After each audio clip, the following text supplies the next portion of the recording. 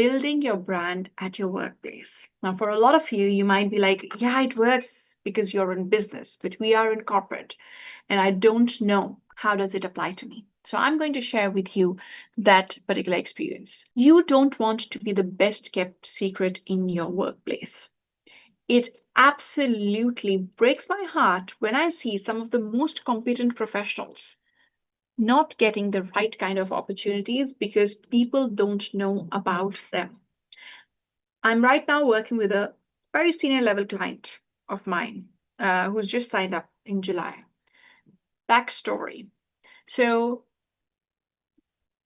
he was told last June that, look, by next June, if you're able to deliver these one, two, three things, you being promoted is going to be such an easy task. Now, this guy is very senior. He's C minus two. So the CEO, it's a global firm, Fortune 200 firm in tech services. So CEO, then there are two layers in between the CEO and him, and then this guy. So he was told, if you do really well this year and meet these 2, 3 objectives, you'll get to the next layer.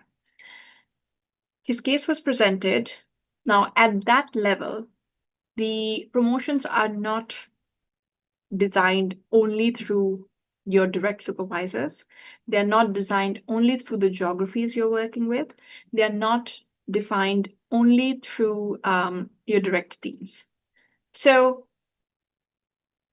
he reached to the level where his name was in the shortlist, which was discussed in front of the CEO. Ultimately, the CEO with his direct team, which is about 6, 7 people. So these are business leaders in different divisions. One person presented his case and said he's done this, he's changed the way of this, he's set up a new team, he's set up a new division. One other person knew about this client of mine. The other 4, 5 people had no clue that this person even existed. So what ended up happening is the CEO said, looks like he's not strategic enough to make a bigger impact to the business. And he did not end up getting the promotion. What was his fault? He was actually impacting all the other divisions as well. But it was not him who was going to these divisions. It was his boss who was going to the divisions. So all these heads had no clue that this person even existed. And I can't tell you how many times I am sitting in these meetings where promotions are being discussed, where amazing career opportunities are being discussed. And then they ask about a particular person, and nobody has a clue about the person.